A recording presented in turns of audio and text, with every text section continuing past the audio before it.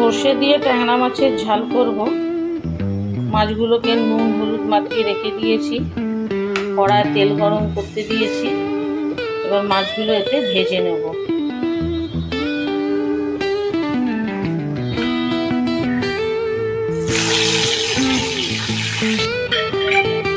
মাছগুলো ভাজা হয়ে গেছে।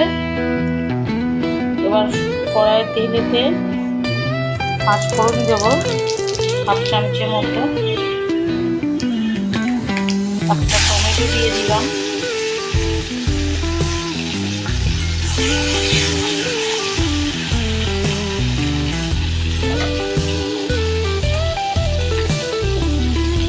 সেদ্ধ করে রেখেছিলাম আলু একটা, এটা দিয়ে দিচ্ছি। এটা খেতে খুবই ভালো হয়। হলুদ দেব হাফ চামচে, কাশ্মীরি লঙ্কার গুঁড়ো 1 টেবিল স্পুন,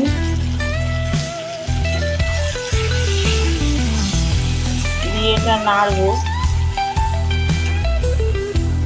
কাঁচা লঙ্কা দিয়ে একটু সর্ষে বেটে রেখেছিলাম, এবার ওইটা এখানে ঢেলে দেবো।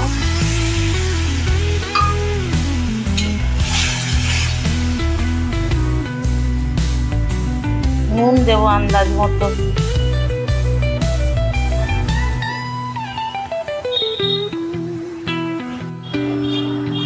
কয়েকটা চেরা কাঁচা লঙ্কা দিয়ে দিলাম।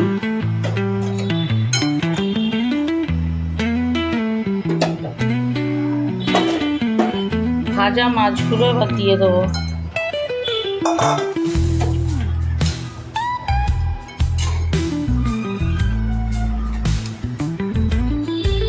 একটু ফুটতে দেব।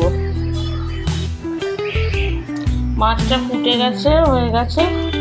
এবার একটু ওপর থেকে ফ্রেশ ধনে পাতা ছড়িয়ে দেবো, দিয়ে এটাকে নামিয়ে দেবো।